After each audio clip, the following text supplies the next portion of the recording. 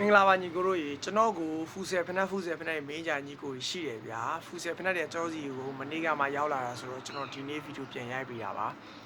ရေရောက်ချင်းမနေ့ကနေမှပဲညီလေးတယောက်ကလိုအပ်တယ်ဆိုပြီးတော့ကျွန်တော်စီကတရံယူသွားရဗျာဒါကျွန်တော်လာချုပ်ခိုင်းတာအဲ့ဒါအောက်မှာမချုပ်ရသေးလက်ရှိဘလို့ပုံစံလေးတွေရှိမှဆိုရင်ဗျာဘလို့ကျွန်တော်တို့site တွေက38ကနေ44ထိ site တွေရမယ်ကျွန်တော်တို့ဒီလိုအတွင်းဒီလိုအလန်းနေရနေတော့ရှုဆိုင်နဲ့ပတ်သက်ပြီးတော့အယောင်တွေအနေများအကွာခြားမှုတွေရှိမယ်ဒီကိုတို့ကြည့်ရလား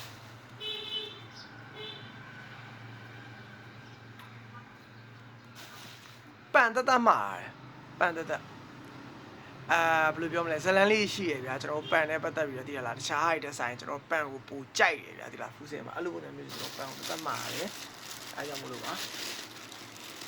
လူမျိုးတွေရမယ်ဒီတော့ရှု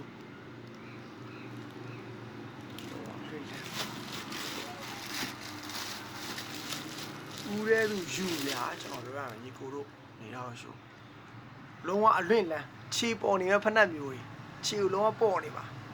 โอเคပါညီကိုတို့လိုအပ်လို့ရှိရင်ကျွန်တော်မှလာရောက်မေးမြန်းစုံစမ်းလို့ရပါတယ်ကျွန်တော်မှဖူးစင်ဖက်နှက်တွေ38ကနေ44ထိရောက်ပါပြီကျေးဇူးပါ